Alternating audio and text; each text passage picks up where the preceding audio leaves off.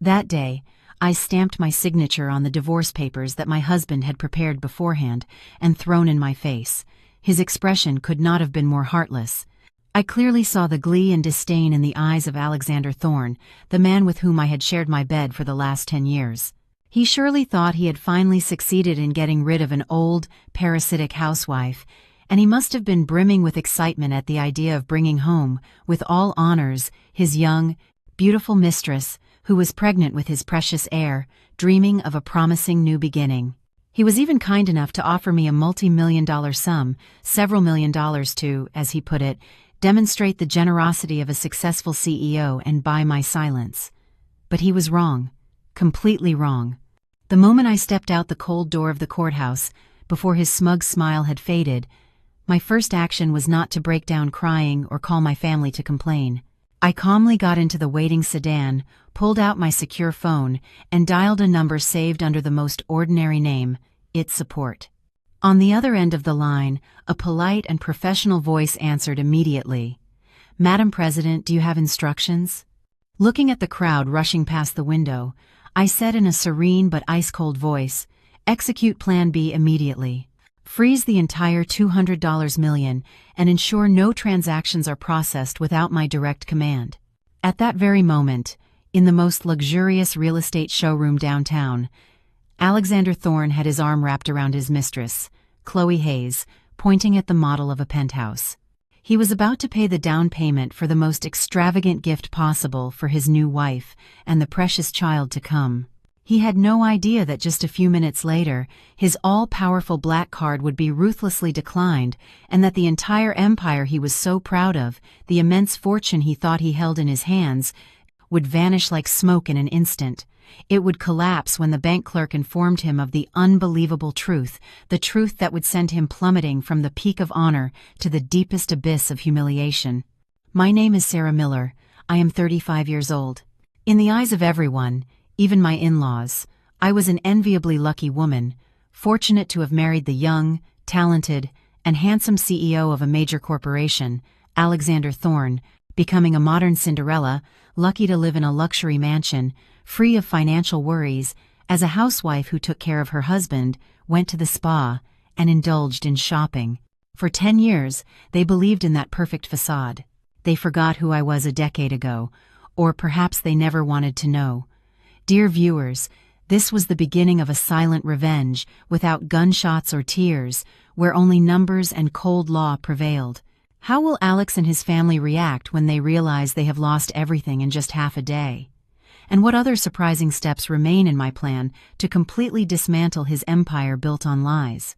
If you want to know the answers, if you want to join me on this dramatic journey, don't forget to subscribe to the channel, like, and share this video. We will meet again in the second part of the story. See you soon. As the luxury sedan left the courthouse grounds, leaving behind the figure of an Alexander Thorne celebrating his victory, I did not look back.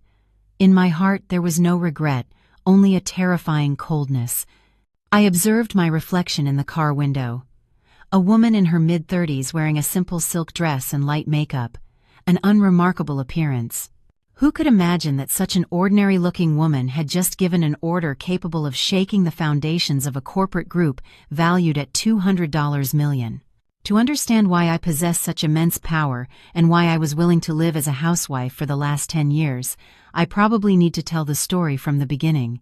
My story, the story of the invisible shadow, the intangible chief architect who stood behind my husband for the last decade.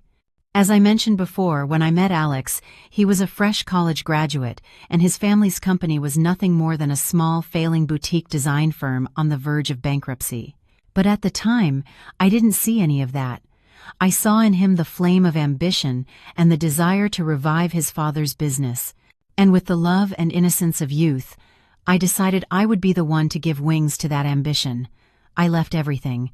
I resigned from a promising career in San Francisco to follow him to New York. The first days were truly difficult. We lived in his family's modest townhouse. The company was drowning in debt, and almost all the employees had left. My father-in-law, Richard Thorne, was bedridden from the shock of the business failure, and my mother-in-law, Eleanor Thorne, spent her days sighing and blaming her incompetent son. Amidst this desperate situation, instead of frustration, I felt a strange excitement. For a financial expert like me, a company on the verge of bankruptcy was like a complex mathematical problem, a stimulating challenge. I did not act immediately. I knew that with my in-laws' patriarchal mindset, they would never accept a woman, much less a new daughter-in-law, meddling in the business. I decided to be an intelligent wife. I cooked every day and cared for my sick father-in-law. But every night, after everyone fell asleep, I sat with Alex at the desk. I asked him to bring me all the company's ledger books, all the contracts, all the debt documents. And in that dimly lit little room, I began my work as a corporate restructuring specialist. I spent sleepless nights analyzing every figure, finding gaps in management and unnecessary expenditure items. I drew up a detailed, step-by-step plan for Alex. First, reduce unnecessary staff and streamline the organization. Second, negotiate with creditors to extend payment deadlines and present a reasonable repayment roadmap. Third, and most importantly, find a new direction for the company. I realized we could never compete if we continued producing ordinary wooden furniture. I proposed a bold shift toward producing smart home technology and sustainable building solutions, a very novel field in the U.S. at the time. At first, Alex hesitated greatly. He was afraid of the risk, but I used all my knowledge and market analysis to convince him. I showed him the enormous potential of this market and painted a promising future. And to raise capital, I secretly injected a considerable part of my own personal endowment into the company in the form of an anonymous investor. Everything was done through complex transactions so no one would notice. Alex only knew that a benefactor had seen the company's potential and decided to invest. My plan succeeded beyond imagination. The new direction miraculously resurrected the company. Our smart home products caused a sensation in the market. Large contracts started pouring in.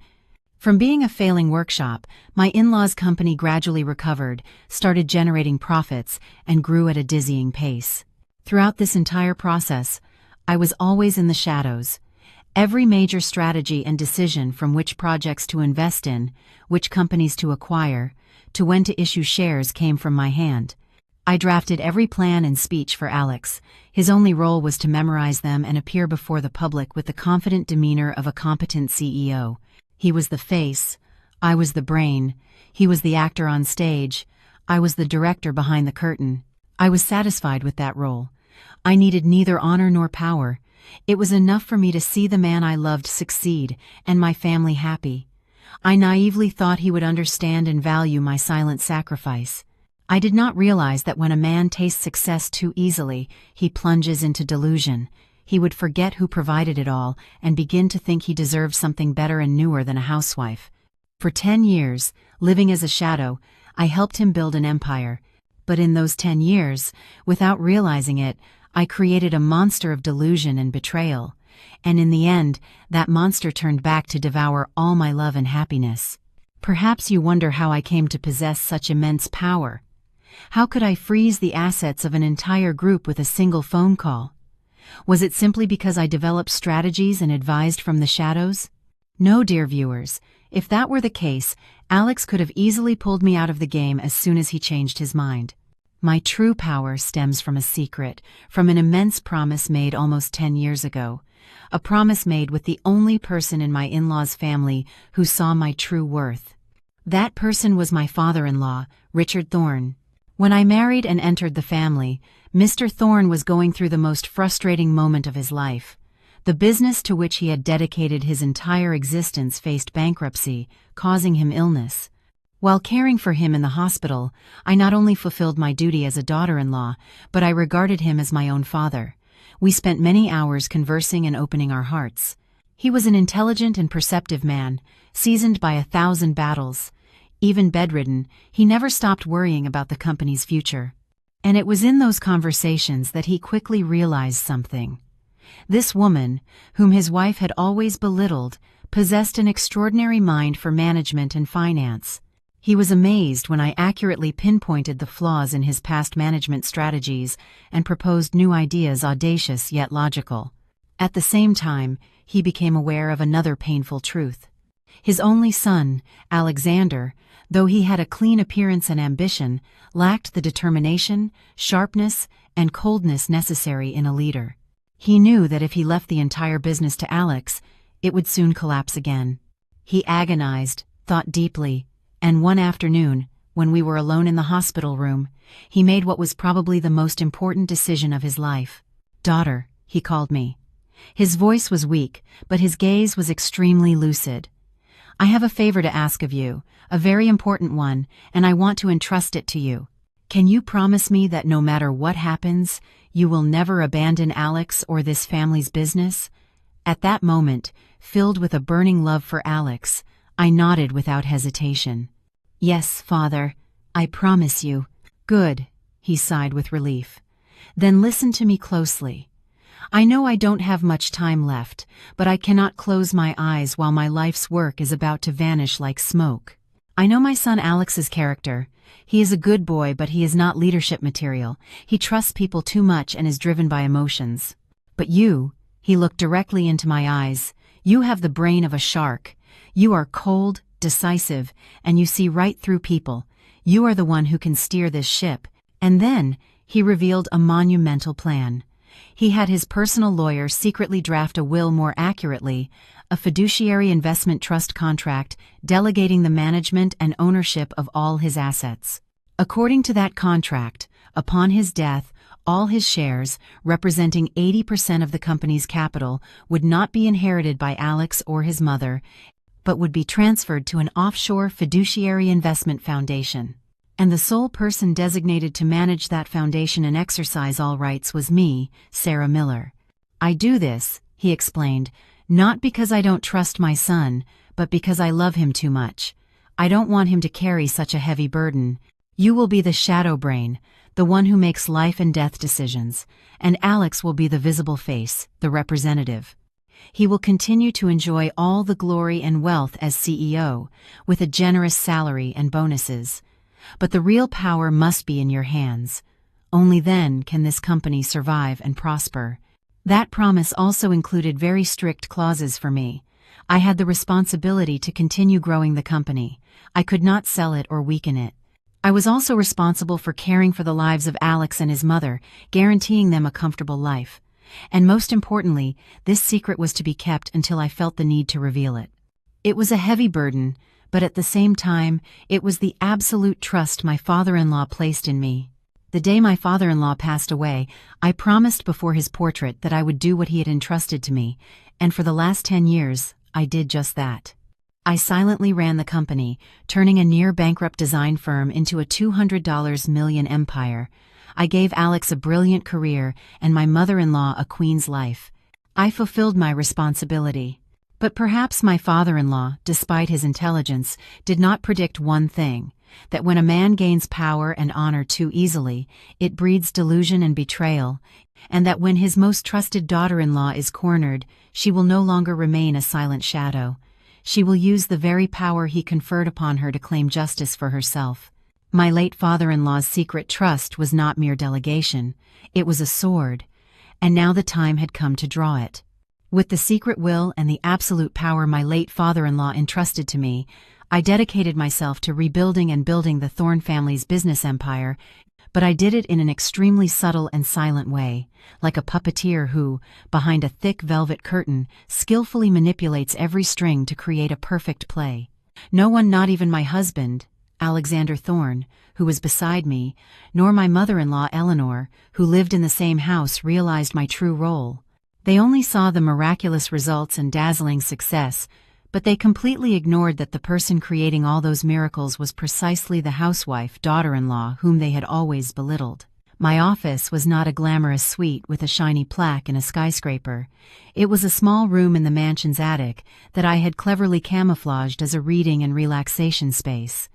Inside, besides oak shelves filled with classic literature, there was a state-of-the-art supercomputer system, multiple monitors displaying complex stock market indices, and a separate high-speed satellite internet line installed to ensure a fluid 24/7 connection. That was my command center, my supreme headquarters. From there, I monitored every minimal fluctuation in global financial markets. From there, with a single click, I gave orders to buy and sell stocks and bonds worth tens of millions of dollars. And also from there, I mapped out every movement and development strategy for Alex and the group. My manipulation was carried out systematically and almost without leaving a trace. Every morning, after preparing an elaborate breakfast for the whole family, I spent about an hour with my husband in his ground floor study, having tea and reading the newspaper together. But in reality, that was the most important strategy meeting of the day. I would casually pretend to read a hot news item in an international economic paper about a new investment trend or an unusual competitor move, and in the role of an ignorant wife, I would innocently ask Alex for his opinion. "Honey, they talk a lot about using AI in the real estate sector. It sounds so complicated. Since you're the expert, what do you think about this? Shouldn't we look into this field a bit for our company? Or, they say that group stock has fallen to historical lows. Since you're a management genius, do you think it would be a good time to buy? Or would it be too risky?" Alex, always eager to show off and with nearly zero economic knowledge, would always dismiss it arrogantly. "Oh, what do you know about business? Don't stress yourself reading those silly news items. I'll handle the company affairs."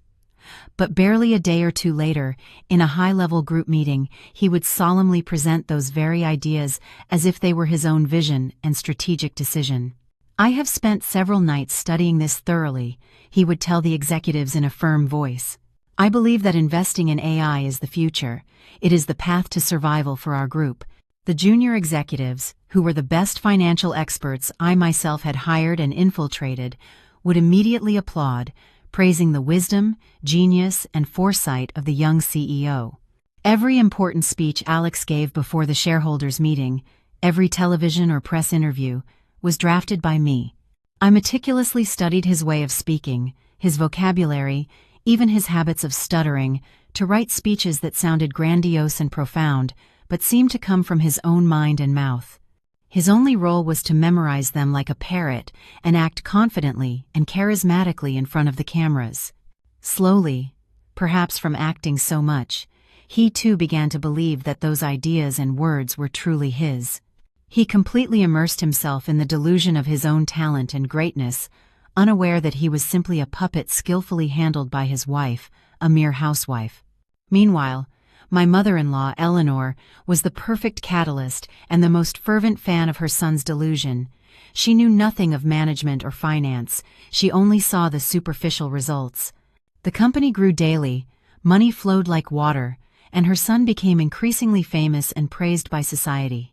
She went everywhere, from neighborhood association meetings to lavish high society tea parties, boasting about the management genius her son was, whom she had borne with so much effort. "My Alex is incredible, ladies," she used to say, fanning herself with a silk fan with an air of pride. "That boy has a genius brain." In just a few years, he turned the bankrupt design firm his father left him into a huge group. Truly, the apple doesn't fall far from the tree. It's a blessing to the family. I couldn't ask for more. I just hope he gives me a grandson soon to continue the lineage. And every time someone discreetly asked about my role, the daughter-in-law's, in that success, she would twist her lips in contempt and wave her hand. Please, what would my daughter-in-law know? She was just lucky to run into our Alex. She spends the day at home doing nothing, living off us, being a housewife. What use is she to the world? Well, at least she's docile and obedient, so I suppose she fulfills her role as a daughter-in-law. Those words reached my ears many times through the housekeepers, but I kept silent. I thought that since they didn't know the truth, it wasn't worth arguing as long as the family was at peace, and Alex still loved and respected me. But I was wrong. My silence, my withdrawal did not bring the peace I desired. It made them despise me even more, made them believe I was a useless parasite, a mere decoration in the house. And that created the conditions for another tragedy to germinate, one that was inevitable. When a man obtains everything too easily and deceives himself into thinking he has achieved it all on his own, he will begin to feel that his housewife wife is no longer worthy of his greatness. He will seek recognition outside in newer, younger, and more beautiful women, and betrayal approaches as an inevitable consequence. When a man reaches the pinnacle of honor without shedding a drop of sweat, when he is surrounded by false praise and adulation, he easily forgets who he is and who climbed the first step with him. And my husband, Alexander Thorne, was the perfect proof of that cruel law. When the $200 million empire was firmly consolidated under my invisible hand, when his CEO position became unshakable, he began to feel that the shell of a faithful husband and family man was too suffocating and boring. He started craving new adventures and conquests to prove what he confused with virility, and she appeared as an inevitable choice, one that perfectly matched his needs at that moment. Chloe Hayes, a young model who had just entered the entertainment world with a glamorous body and a beautiful but calculating innocent face. She was hired by the group's marketing department as the face of a luxury real estate project in Miami. And during their work together, her explicit and intentional admiration and adoration at social parties quickly caught Alex's attention. For a man like Alex, intoxicated by the illusion of his own talent, the admiration of a young, beautiful, and famous woman was an irresistible stimulant and drug. Next to me, his wife, who knew his true nature too well, who saw through all his weaknesses and incompetence, he could never feel like a king or a saint. I could love him, care for him, advise him, but I couldn't look at him through the eyes of a fanatic worshiper.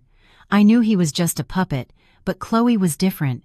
She saw him as a god, a true management genius. At every party, she lavished praise on his intelligence, determination, and great vision. She gave him exactly what he lacked, what I could never give him: blind, false recognition. And they threw themselves into the fire like moths, one for vanity, the other for material greed. At first, their illicit relationship was limited to secret dates after work, sweet messages hastily deleted before arriving home. But as they delved deeper into that wrong relationship, and perhaps due to Chloe's pressure, Alex started becoming much bolder and more reckless. He no longer tried to meticulously hide. Sudden business trips became more frequent, as did late-night arrivals home, smelling of alcohol and a strange perfume. I knew everything. I felt everything. A woman's intuition and a financial analyst's sharpness clearly showed me his abnormal changes. I could have found proof in an instant if I had wanted to. One call to the group's cybersecurity team, and I would have all his call records, messages, and even his location in my hands. But I didn't. Why not? Because my love for him had cooled a long time ago. Since the day he came home, threw a business plan full of errors at me, and demanded I correct it properly by the next morning. My silence was not out of fear or weakness, but because my pride was too strong. I, Sarah Miller, would never stoop to jealousy. I would never turn my marriage into cheap drama for the world's scrutiny. I chose to observe in silence, like a shark swimming calmly beside a sinking ship, waiting for the most opportune moment to strike. I naively hoped he would stop on his own, realize who was truly important, and return. In my way, I tried to retain him by showing him my value, by growing the group even more. But all my efforts were in vain. In his eyes, my silence was not tolerance, but the weakness and helplessness of a parasitic woman. That convinced him even more that I could never leave him, that I couldn't give up this luxurious life. He thought, how could a housewife who hasn't set foot in society for 10 years survive without his support? That delusion, coupled with Chloe's growing belly, pushed him to the final, cruelest, and most heartless decision. He decided to abandon me to be with his mistress openly and legally. He chose to deliver the final blow on the 7th anniversary of our marriage, the day he thought I would be weakest and most vulnerable. He brought her home, openly exhibiting his betrayal, and threw the divorce papers in my face, along with the most hurtful and insulting words. The puppet I had created with my youth was now trying to bring down and destroy its own creator. He didn't know that by doing so, he was pressing the switch on a ticking time bomb, a bomb that would explode his empire, his future, and the illusion of his own greatness. When Alexander Thorne, the husband I had supported with my youth, brought his pregnant mistress home to publicly demand a divorce, I thought it was the height of cruelty, the final stab into my heart, already full of wounds. But I was wrong. It was the reaction of my mother-in-law, Eleanor, whom I had served for over 10 years and provided a queen's life. that plunged me into the abyss of despair and ignited in me the fire of hatred and the determination to make them pay. Initially, just after Alex announced the divorce, I saw a moment of surprise and confusion on Eleanor's face, but that surprise vanished in an instant. She glanced fleetingly at her son, and then looked down at Chloe's slightly bulging belly. And like someone who has solved a difficult mathematical problem, an irrepressible clarity and joy shone in her eyes. She did not rebuke her son for his infidelity, nor did she show the slightest compassion for her daughter-in-law, with whom she had shared joys and sorrows. She simply observed and evaluated the situation in silence, like an old fox.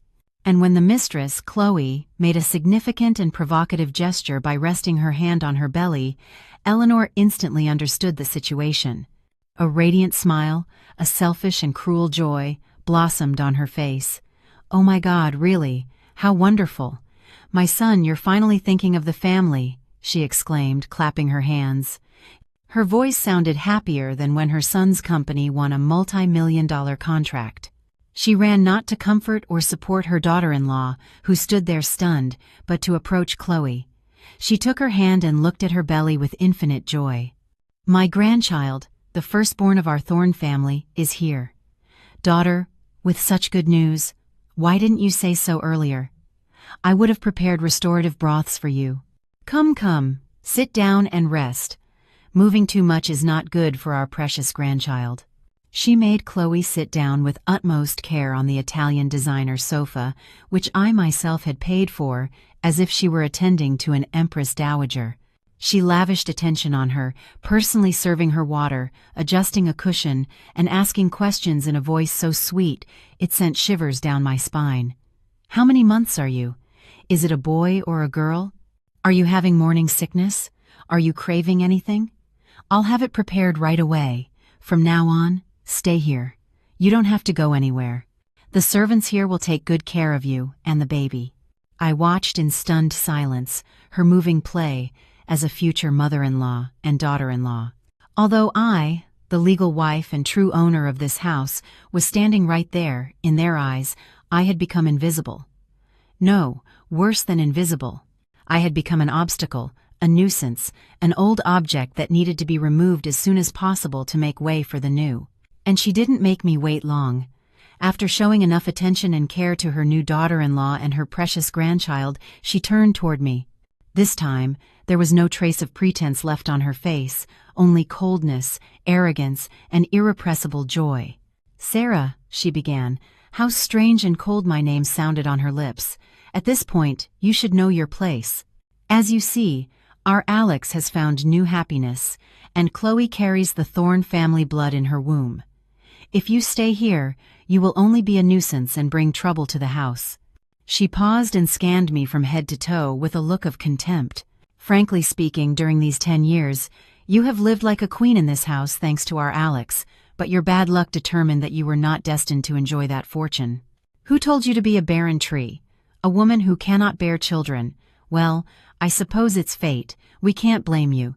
Now, you should leave on your own so they can live their life with dignity. You are still young. You can find other happiness. In this Thorne family, in this house of renown, there is no place for a daughter-in-law who cannot give us an heir, who cannot give us children." Those two phrases she had repeated countless times behind my back in her conversations with friends and relatives, but this was the first time she had said it to my face in such a ruthless and insulting way. "Mom, why are you saying that to Sarah?" Alex finally intervened, but not to defend me, but simply to fulfill his role as a compassionate man and save appearances. "After all, she's been by my side for 10 years. I won't let her lose out." "You shut up," Eleanor shouted, interrupting her son. "You are indecisive and soft. I am taking care of this matter, so you men stay out of it, and let us women handle it." She stood up and approached me with a threatening expression. She no longer looked like a retired socialite, but rather a madam throwing out an old prostitute. She pointed her finger at the huge wooden entrance door. "Grab your personal things and get out of this house right now. I give you 15 minutes. From this moment on, you are no longer my daughter-in-law or part of this family. Don't force me to call the security guards. It would be much more embarrassing." She was kicking me out, She was kicking me out of my own home, the house that the money I earned had paid for. Her audacity and shamelessness had reached an incredible level. I looked at her, and then at Alex. He stood with his head bowed, not refuting a single word from his mother, tacitly agreeing. I understood. This was not a spontaneous outburst from Eleanor. It was a play that mother and son had discussed and planned beforehand. They wanted to humiliate me this way, to kick me out of the house in the most shameful way to justify welcoming the mistress. They wanted to turn me into the culprit, the one repudiated by the in-laws, to easily seize this house and all the fortune they believed belonged to Alex. The rage rising in my throat almost suffocated me, but I didn't scream, I didn't argue, I didn't cry, because I knew that at that moment, any word was useless. There is no reasoning with people blinded by greed and betrayal. I looked at them one last time. I looked at them for a long time to deeply engrave in my memory the true faces of these ungrateful people, and I turned around. Yes, I would leave, but I would not leave empty-handed and humiliated. As I left, I would take everything that belonged to me, and I would also make them pay the highest, unimaginable price for this charade of expulsion today. After successfully kicking out the nuisance I represented, Alexander Thorne and his mother completely indulged in joy and elation. That same night, they hosted a small party to celebrate the end of bad luck and welcome the new family member. Eleanor went through the house praising her son's decision and her future daughter-in-law's likability to no end. Alex, although he felt a little guilty at first, soon forgot everything with Chloe's sweet affections. He was completely convinced that he had made the correct decision in his life. He thought he had shed a boring past to move toward a brighter future. The next morning, to show his CEO status and win the heart of his pregnant mistress, Alex decided to buy Chloe a new luxury condo, just as he had promised. He said the current one, though luxurious, was permeated with the vestiges of the past and was not suitable for the new lady of the house. He wanted a completely new place, a completely new beginning. He drove his luxurious Porsche with Chloe by his side, dressed in designer maternity wear, toward the most expensive waterfront development in Manhattan, a place where multi-million-dollar penthouses and condos were concentrated only for the super-rich. Alex had set his sights on a duplex penthouse of about 5,000 square feet, with a private pool and panoramic views of the city's heart. The price, of course, was astronomical, $5 million for the down payment alone. Entering the showroom with the air of a successful businessman and a confident attitude, Alex was immediately surrounded by salespeople who treated him like a king. He put his arm around Chloe's shoulders, walked around, and pointed his hand at the most expensive penthouse model. "We'll take this one," he said nonchalantly, as if he were buying groceries at the market. All the salespeople were impressed. Chloe was so happy she blushed. She leaned on Alex's body with eyes full of pride and adoration. "Yes, Mr. Thorne, an excellent choice. To complete the transaction, you must first pay a deposit of 10% of the apartment price, which is $5 million. Will you pay by card or bank transfer?" "By card," Alex replied curtly. He pulled out a powerful, limitless black card for super VIP clients from his crocodile skin wallet. He handed it to the employee with an air of pride. This was the moment he had anticipated the most, the moment to boast of his wealth and power before a beauty. The employee took the card respectfully and inserted it into the terminal. He typed $5 million and then passed the terminal to Alex to enter his PIN. Alex casually pressed the usual numbers. Both he and Chloe held their breath, expecting the beep and the receipt printing. But instead of the familiar success notification, a red text appeared on the terminal screen: "Transaction declined. Contact your bank." The smile froze on Alex's face. "What's wrong? Your machine seems to have a problem." "Try again," he said with a slightly irritated tone. The employee was also a bit confused. He restarted the machine and swiped the card again, but the result was the same: transaction declined. At this point, not only Alex but also Chloe began to feel that something was wrong. The expression of the surrounding employees also began to change from admiration to slight suspicion. "Impossible!" Alex shouted, starting to lose his composure. "This card never gives me problems. Call your manager." The manager quickly arrived and, After hearing the situation, politely suggested trying another way. Perhaps you could try making a direct transfer through your bank's app? Alex, indignant, pulled out his phone. He logged into the bank app, where he usually saw figures of hundreds of millions of dollars dancing. But today, when the screen appeared, he felt as if an electric shock ran through his entire body. All the figures had vanished. In his personal accounts, in the company accounts, in the associated investment accounts, the balance of all of them showed a single number, 0. "What the hell is this?" Alex stammered as a cold sweat beaded on his forehead. He logged out and logged back in, but the result did not change. Beneath each account was a small red notice.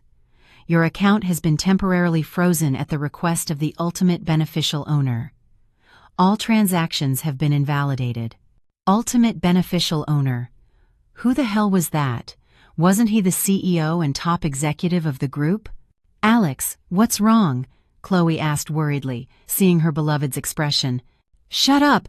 Alex yelled, unable to maintain his composure any longer. He got up quickly, went to a corner, and started making calls. The first was to the group's chief financial officer, Mr. Alvarez. "Mr. Alvarez, what's wrong with the company accounts? Why are they all frozen?" The CFO's voice on the other end of the line sounded tired and surprised. "Mr. Thorne, I just received the notification. The freezing order came directly from the Swiss bank where our main investment fund is managed. They say it is a direct order from the fund president, that is, the ultimate beneficial owner." "President? What president? My father died, and I'm the executive," Alex shouted into the phone. I don't know either, sir. They only said the person who gave the order is named Sarah Miller." Sarah Miller. That name was like a lightning bolt hitting Alex's brain. He was stunned, almost dropping the phone. Impossible. How could it be her? How could a housewife, a parasite, have such immense power? There had to be a mistake. The shock at the bank was only the beginning of the nightmare, of the terrible truth he was about to face. After the first blow at the real estate office, Alexander Thorne ran out of there like a lost soul, leaving behind a bewildered Chloe and the contemptuous glances of the salespeople. He collapsed into his Porsche, feeling like the entire world was spinning around him. Sarah Miller. How could it be Sarah Miller? There had to be a terrible mistake. Had she conspired with the CFO to play a cruel joke on him? He rushed to dial another number, this time the group's chief accountant, Mr. Garcia, whom he trusted blindly. "Mr. Garcia, check it right now. Is there any problem with the entire financial system of the group? Why have all the accounts been frozen?" The chief accountant's voice on the other end of the line was also full of panic and fear. "Mr. Thorne, I don't understand anything either. This morning, I received an email from the highest administration system informing of a restructuring of all financial operational authority. All access permissions for you and the other executives have been revoked.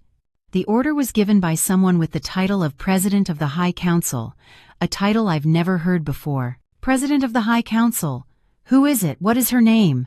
Alex shouted, his heart pounding at 1,000 beats per minute. Yes. The email specifies that the person holding that position is Miss Sarah Miller." Sarah Miller again.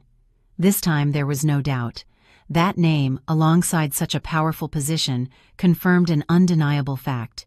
The housewife he had just abandoned somehow had absolute control over the financial life of the entire group. But how? How could a woman who only dedicated herself to household chores have such terrifying power? Alex frantically called one executive after another, but they all gave him similar answers.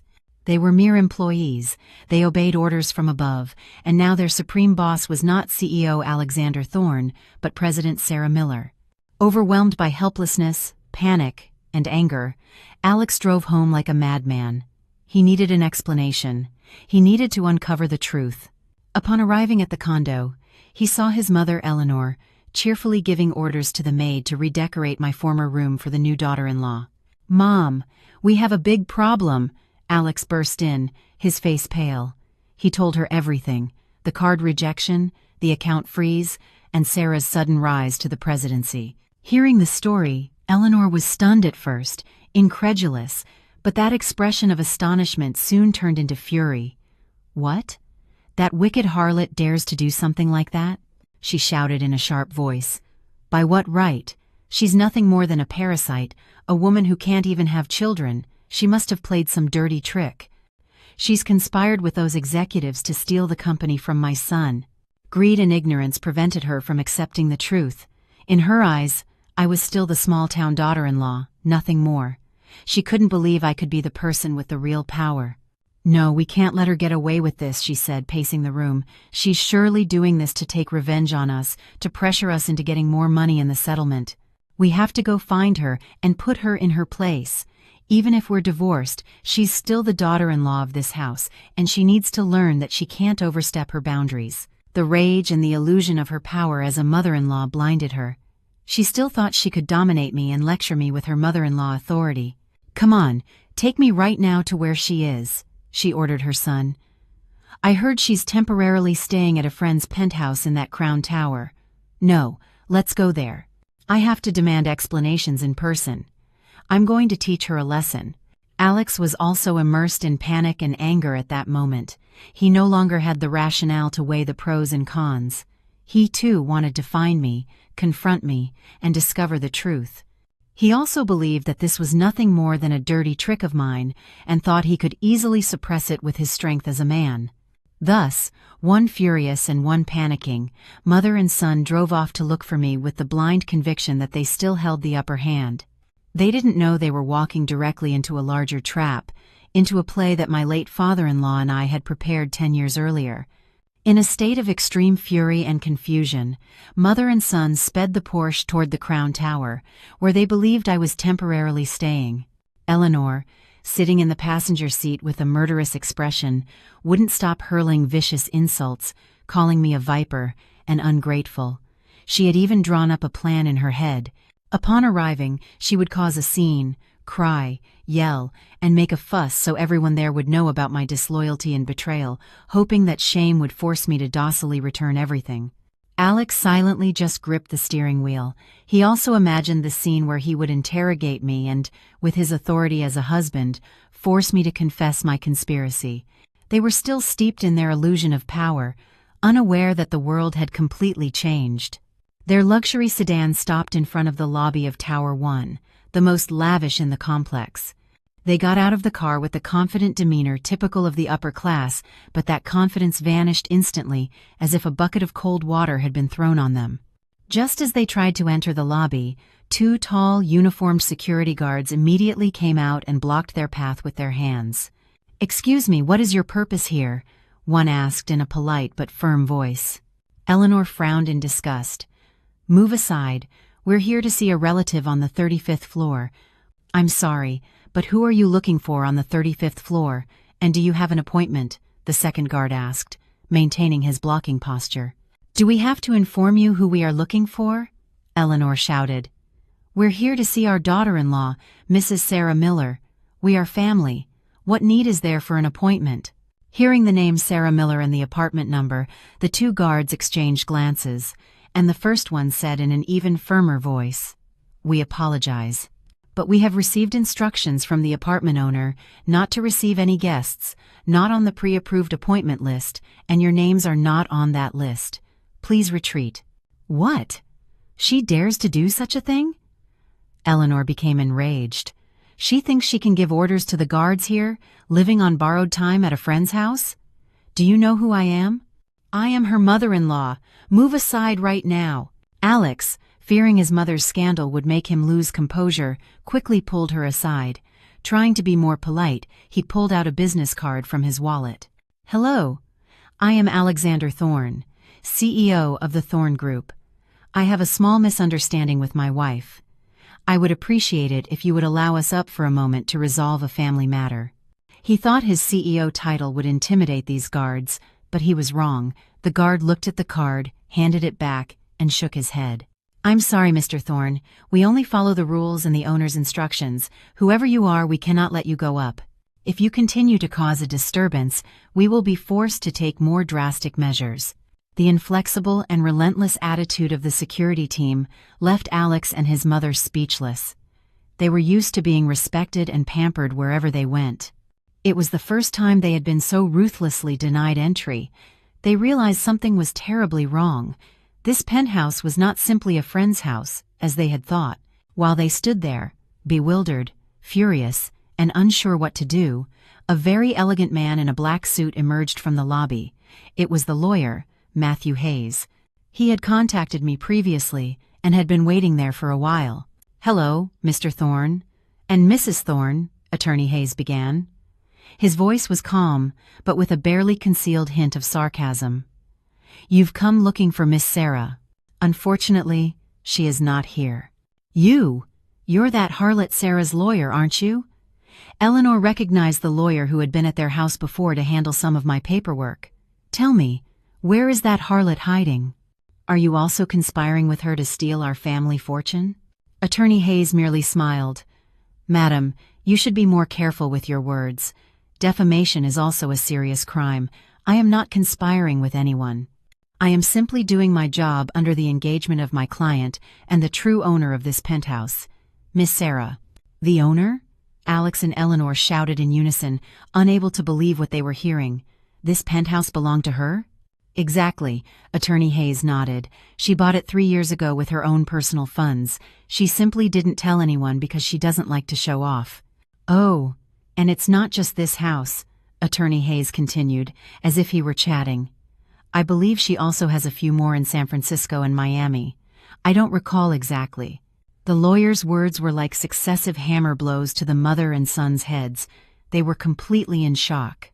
The daughter-in-law, the wife they had always scorned as a parasite, had silently amassed an enormous personal fortune without their knowledge. But what about the company? Why does she have the right to freeze the company accounts?" Alex stammered. This was what terrified him the most.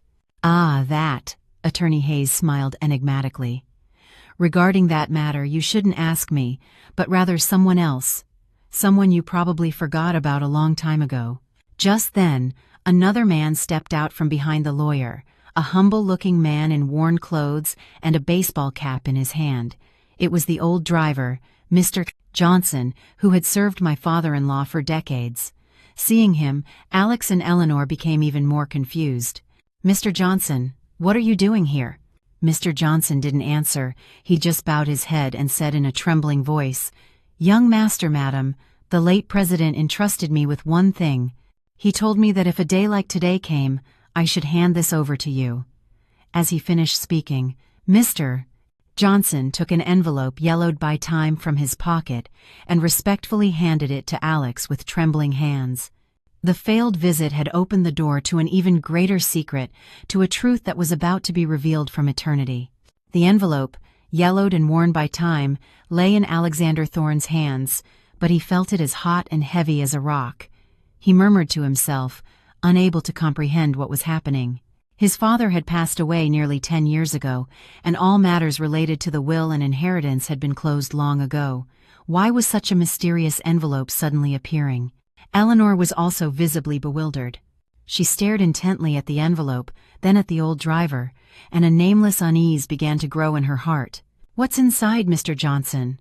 Alex asked in a slightly trembling voice. Mr. Johnson simply shook his head. His old, wrinkled eyes filled with tears.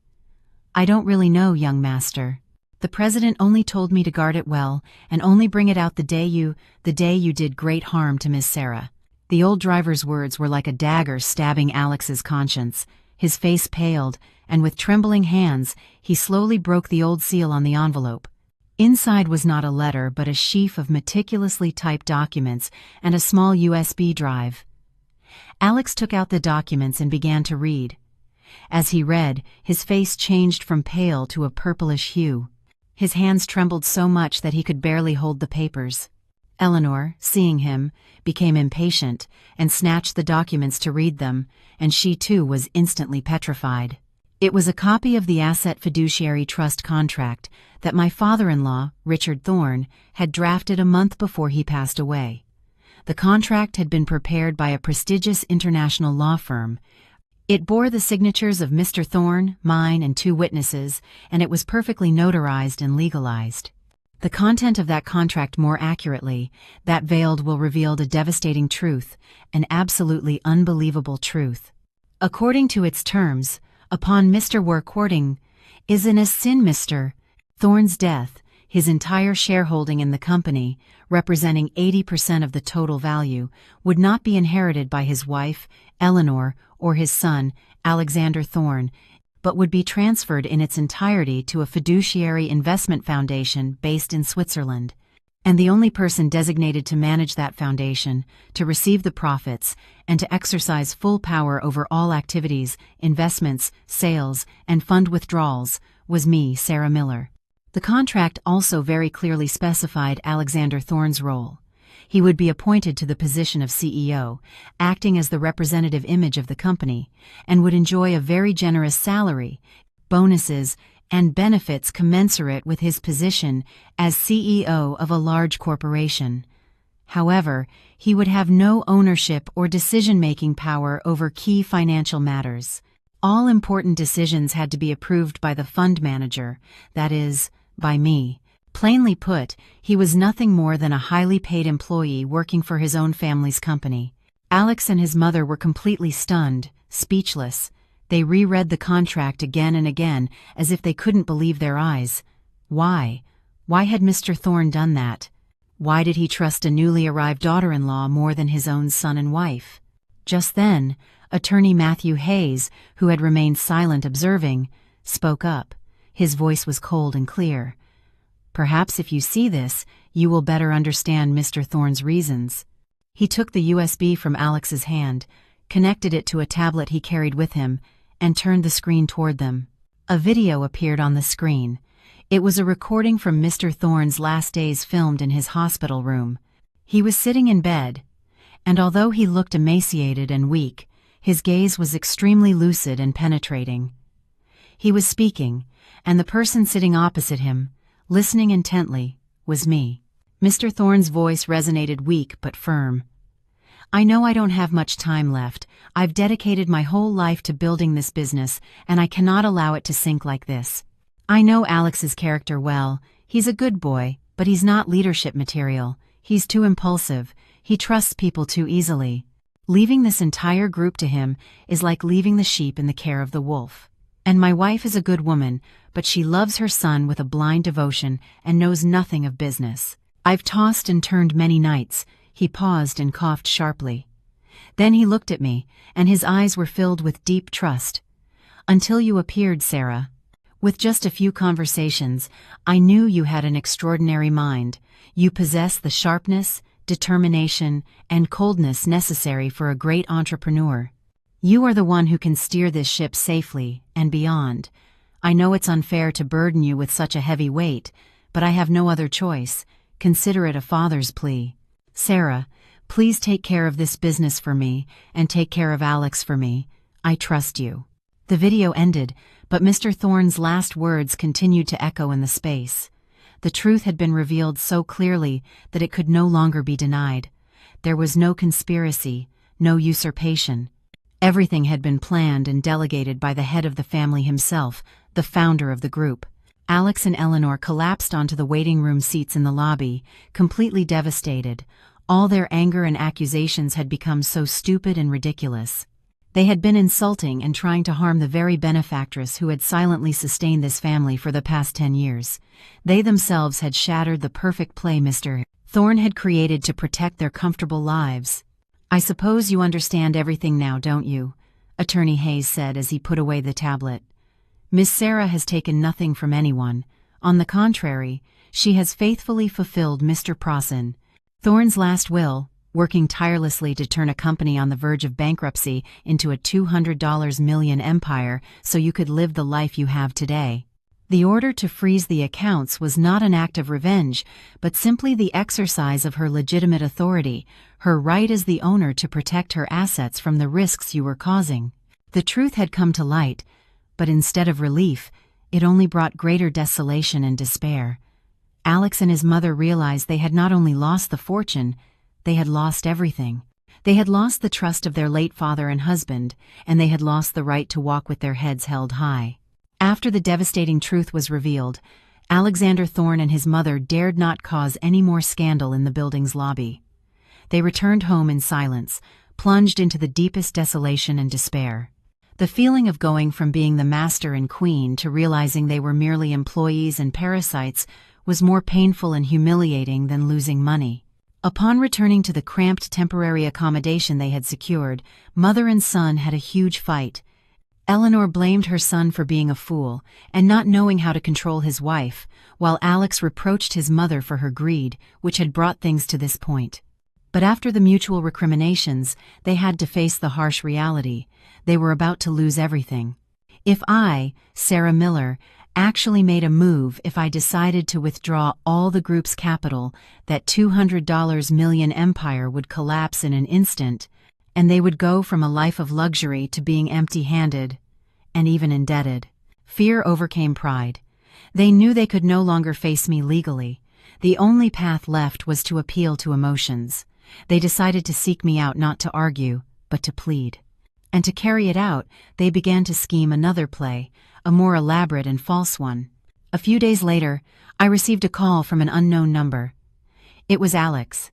His voice on the other end of the line was no longer hostile or furious, but extremely weak and pitiable. "Sarah, it's me. Could we meet for a moment? It's just that Mom is very ill." I interrupted his words. I remained silent. I knew this was also an act, but I was curious to see what role they would play this time. "What's wrong?" I asked in a cold voice. "Since she found out about everything, Mom has fallen apart. She's not eating. She spends all day crying, calling out for you and Dad. The doctor says the psychological shock has been too great, and if she continues like this, it could be dangerous. Sarah, I know I was wrong. Mom was wrong too. But please, for the 10 years we spent together, could you come and see Mom one last time? I beg you. She says she has something to tell you before closing her eyes." The dramatic display of appealing to familial emotions was set up in a very tragic way. Although I knew it was a farce, I couldn't completely ignore it, and I wanted to see how far their shamelessness would go. I accepted.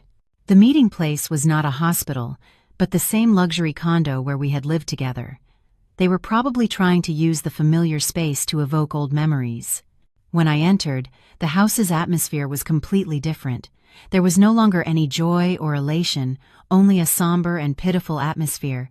My ex-mother-in-law, Eleanor, lay in the large bed in the master bedroom, looking extremely emaciated and pale. Her face, normally flushed and arrogant, was now pale and ashen. She kept her eyes closed, and her breathing was weak.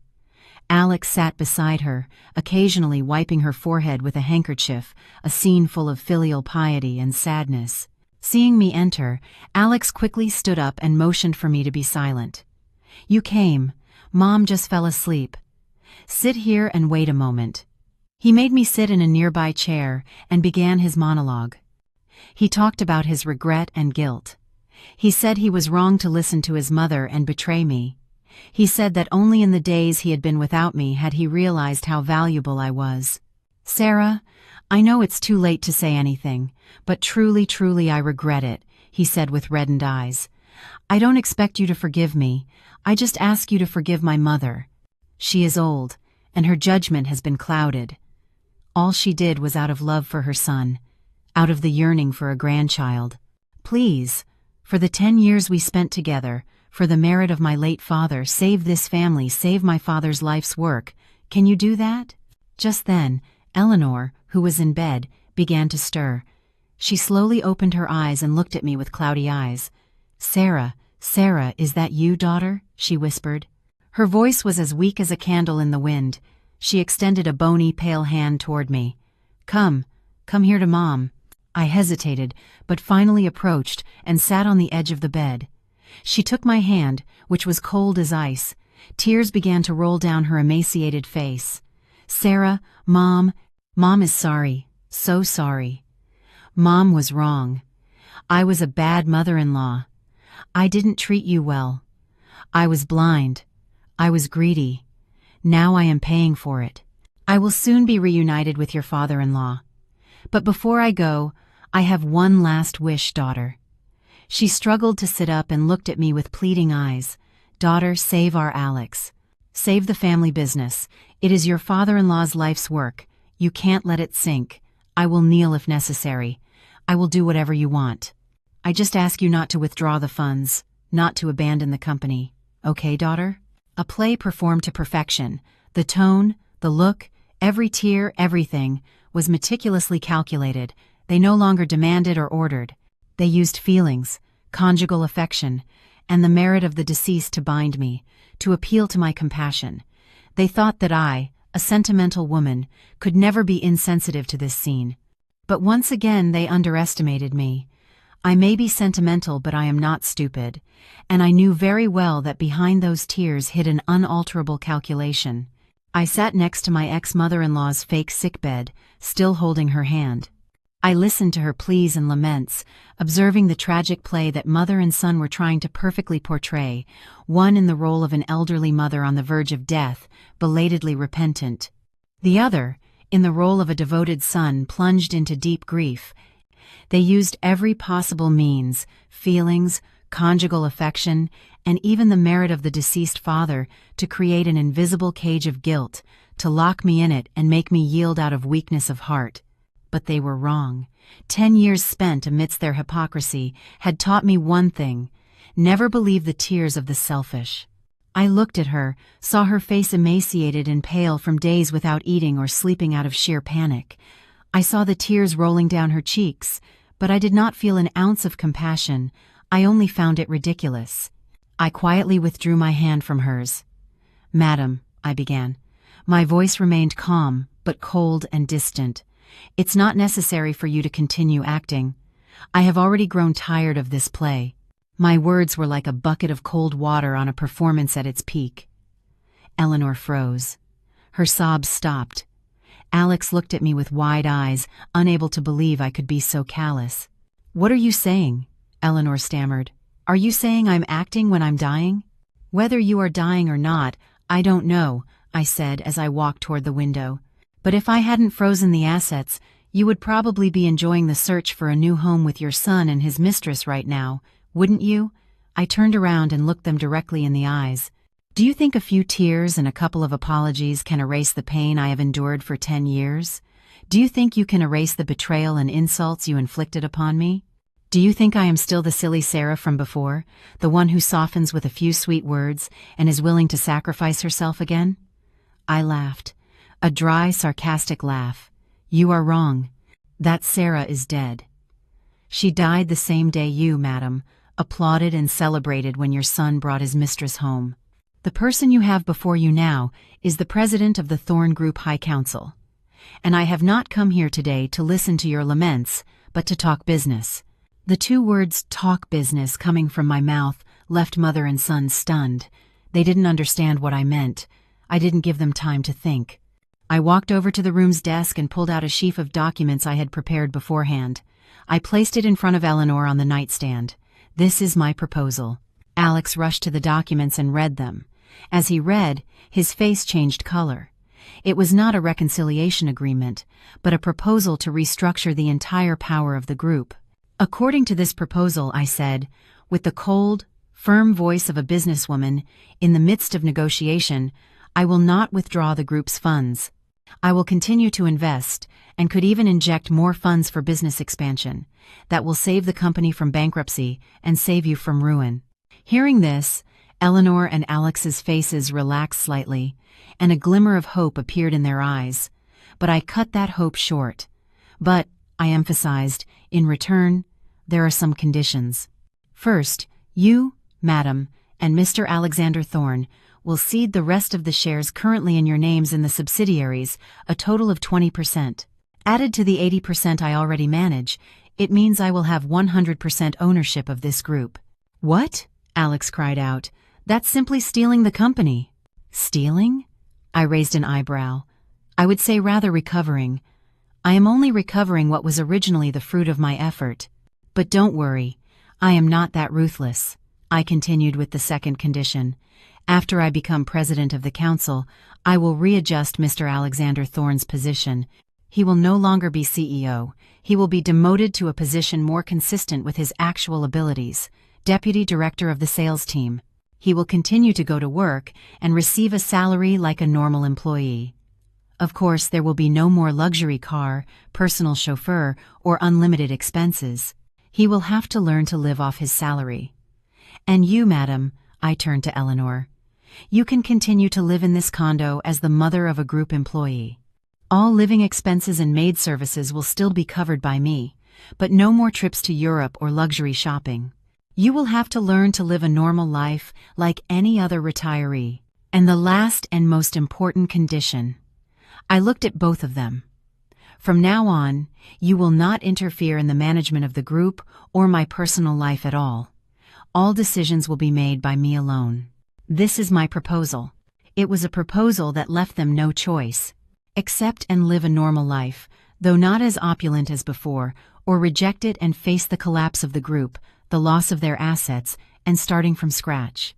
I did not send them to jail or throw them onto the street, but I took away what they valued most, power and a royal life. It was a punishment more painful than losing money. Eleanor and Alex sat stunned. Their tragic play had completely failed. Only now did they realize that the person before them was not the daughter-in-law or wife they could easily manipulate with emotions, but a cold, decisive woman without the slightest tolerance, a true business shark, a president. After I presented my icy proposal, Alexander Thorne and his mother were left in a state of paralysis. They couldn't accept it, but they couldn't reject it either. They tried to plead again, appealing to old feelings, loyalty, and even Alex's deceased father, but I was no longer moved in the slightest. I gave them exactly 24 hours to think and sign the agreement. Otherwise, I would withdraw all the capital, just as I had promised. Amidst this tense situation, another character who had been momentarily forgotten suddenly appeared to complicate things further. It was Chloe Hayes, Alex's pregnant mistress. When Alex's accounts were frozen and he couldn't buy the condo, Chloe began to feel uneasy, but she hadn't completely given up yet. She believed that as long as she carried the child, the treasure that could continue the lineage in her womb, she still held the upper hand. She thought that no matter how difficult the situation was, the Thorne family wouldn't dare mistreat their firstborn. She stayed in the luxurious apartment Alex had secured for her, waiting for good news from her lover. But when Alex arrived with a distorted face and told her about my proposal, that he would be demoted and that the entire family could no longer live with the opulence as before, Chloe couldn't stand idly by. Her dream of becoming a magnate's wife was about to shatter, and she decided to take matters into her own hands. She didn't come looking for me. She probably knew that confronting me directly at that moment was useless. She chose an easier target to attack, her future mother-in-law, Eleanor. That day, while Eleanor was still in bed, distressed by my decision, Chloe appeared uninvited. She no longer had the sweet and fawning look from before. She walked straight into the room and sat down in a chair opposite Eleanor with a very defiant attitude. "Madam," she got straight to the point.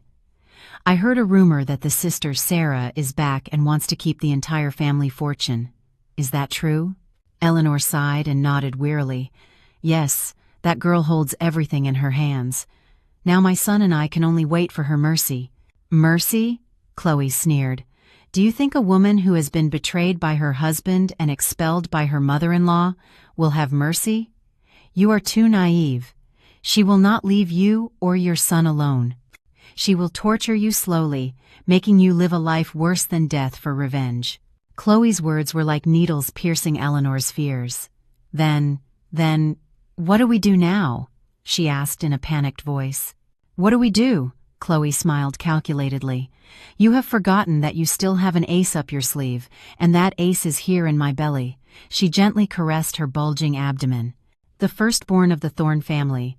Sarah has money and power, but she cannot have this. With this in our hands, we can still turn the tables." "What? What do you mean?" Eleanor still didn't understand. "I mean," Chloe leaned closer and whispered, "that we cannot let the sister Sarah take everything. Alex may be demoted, but we cannot allow a stranger to keep the entire group's fortune. You must fight.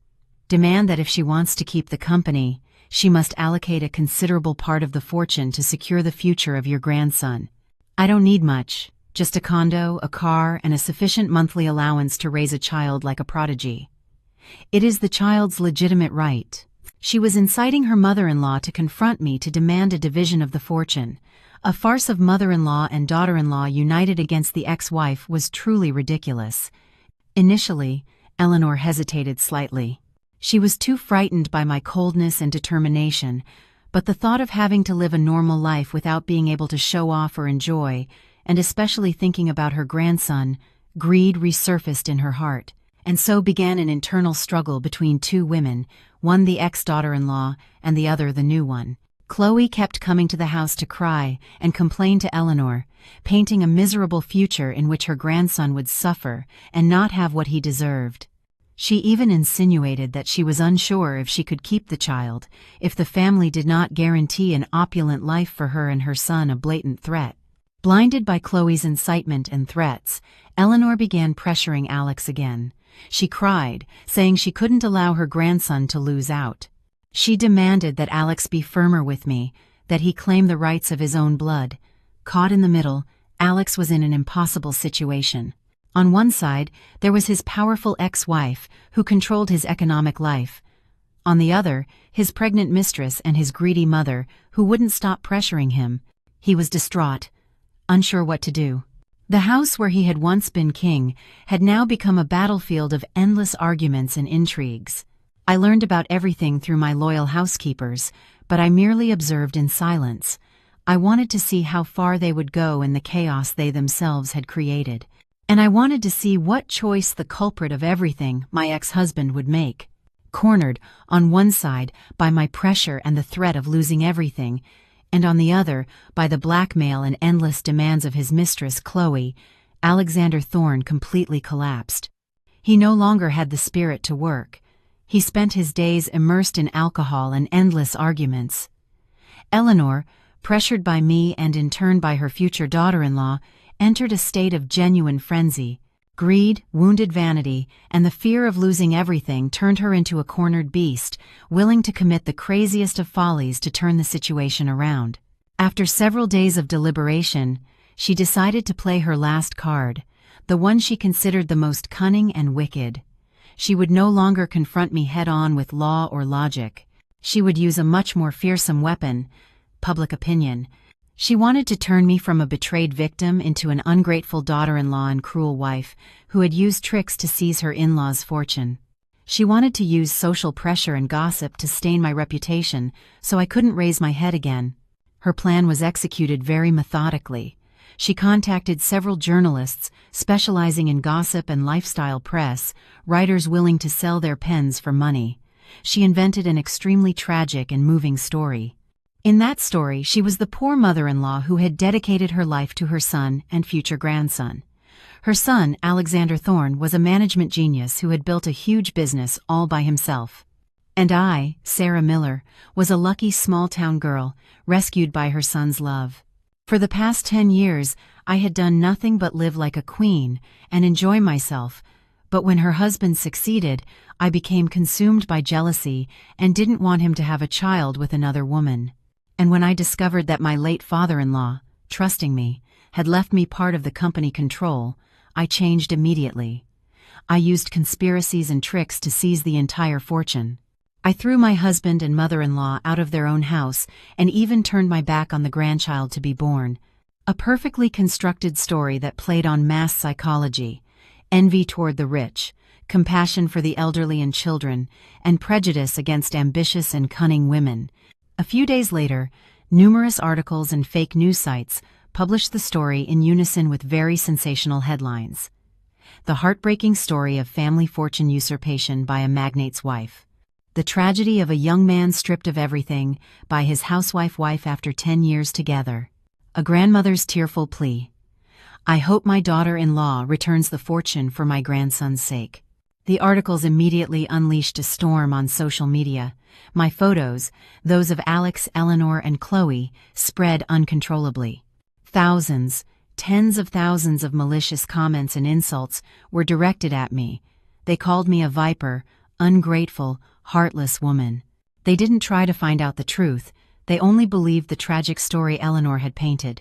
My reputation and honor, built over a lifetime, were being trampled and destroyed by them in a matter of days. Eleanor was very satisfied with her move. She thought that I, a woman who valued my honor, couldn't withstand this pressure.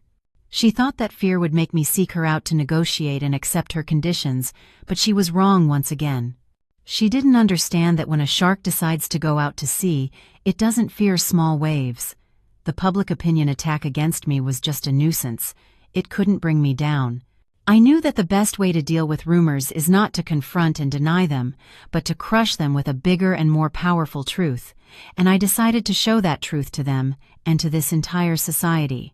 In the face of the media storm orchestrated by Alexander Thorne and his mother, I did not react for 3 days. I merely observed in silence. My silence emboldened them even more and aroused public curiosity. They thought fear had left me speechless. They didn't know that my silence was preparation for the final counterattack, preparation for a decisive blow that would end everything. On the 4th day, when the story of the ungrateful daughter-in-law was at its peak of interest, my company, the Thorne Group, issued a surprise press release. It announced an official press conference for the following morning on the topic, Presentation of the New President of the High Council and Clarification of Internal Group Rumors. The announcement immediately caused a huge impact. New president? Wasn't Alexander Thorne the CEO and top executive? Who would the new president be? And what were those rumors? All media and public attention focused on this press conference. The next morning, the group's large auditorium was packed with journalists from all major media outlets. Alexander Thorne and his mother also attended. They were seated in the front row, reserved for the family, with an expression of curiosity mixed with a little anxiety. They didn't understand what plot I was hatching. At 9 o'clock the press conference began.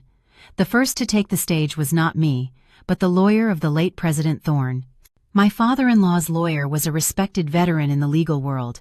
He solemnly announced President Thorne's will and the asset fiduciary trust contract, revealing the entire truth about the group's actual ownership and control to all the press.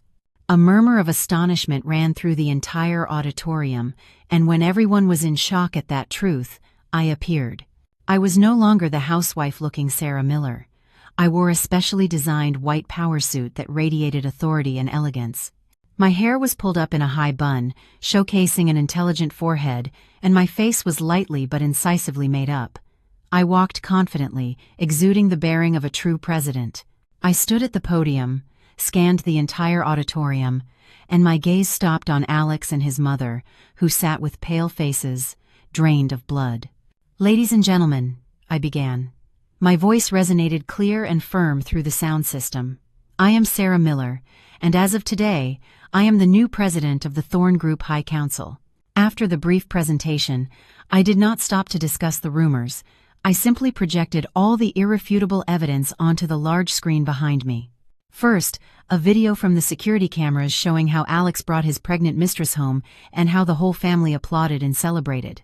Then, audio recordings that vividly recorded how my mother-in-law insulted me and kicked me out of the house. And finally, copies of bank statements and receipts showing how I had had to maintain their standard of living for the past 10 years.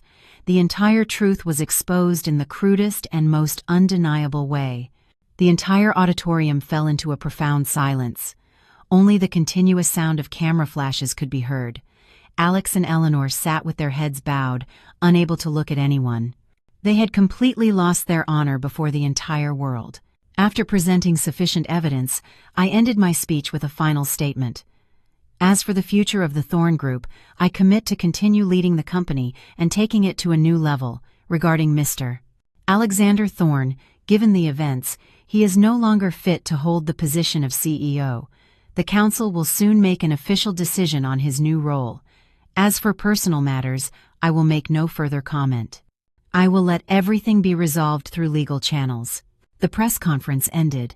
I had achieved total victory. All the rumors were shattered, my honor was restored, and true power finally returned to its owner. In the following days, Alexander Thorne and his mother completely disappeared from high society. They had to move out of the condo and live a normal life.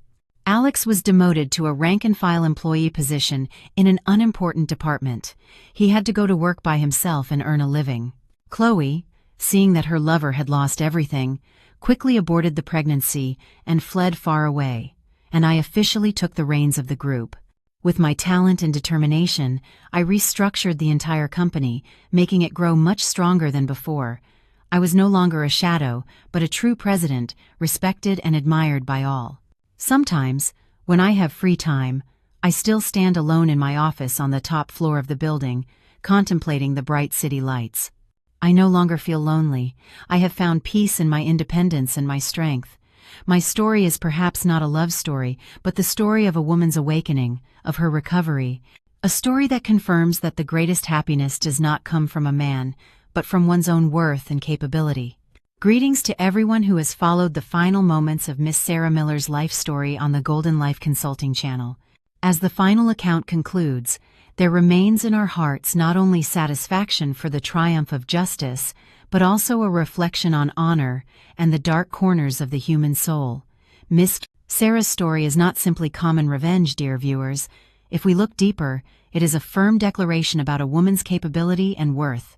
It is a profound lesson about the dangers of living in delusion and proof that intelligence is the most powerful and attractive weapon.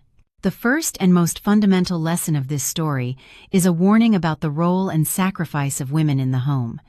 Our protagonist, Miss Sarah, is the epitome of a talented woman with the mind of a financial genius, but out of love, she agreed to step into the background, to become a shadow, a housewife, so her husband could shine.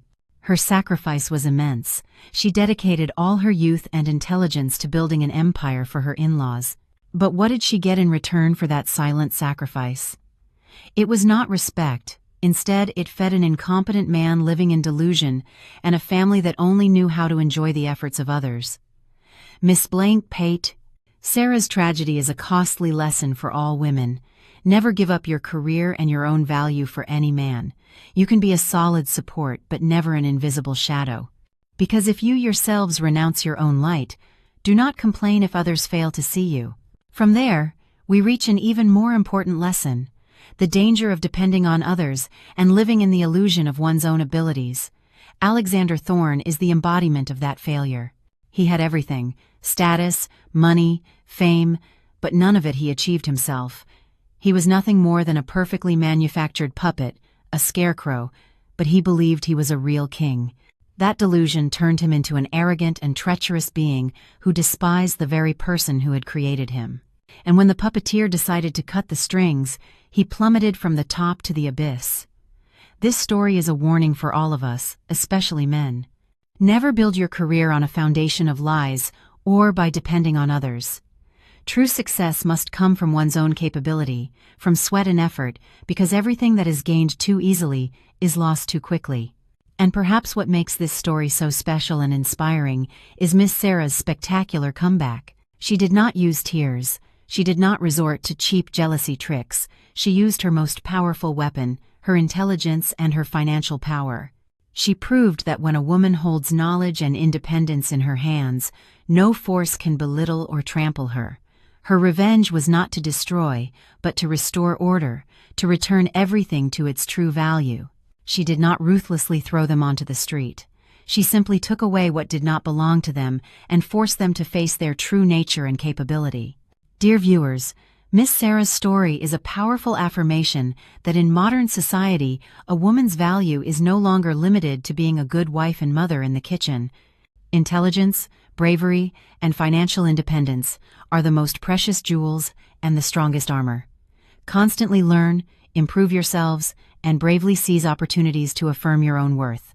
If this story has provided you with a new perspective, profound lessons about life, and motivated you to become a better version of yourselves, do not hesitate to subscribe to the channel, like, and share this video. Thank you very much for your attention.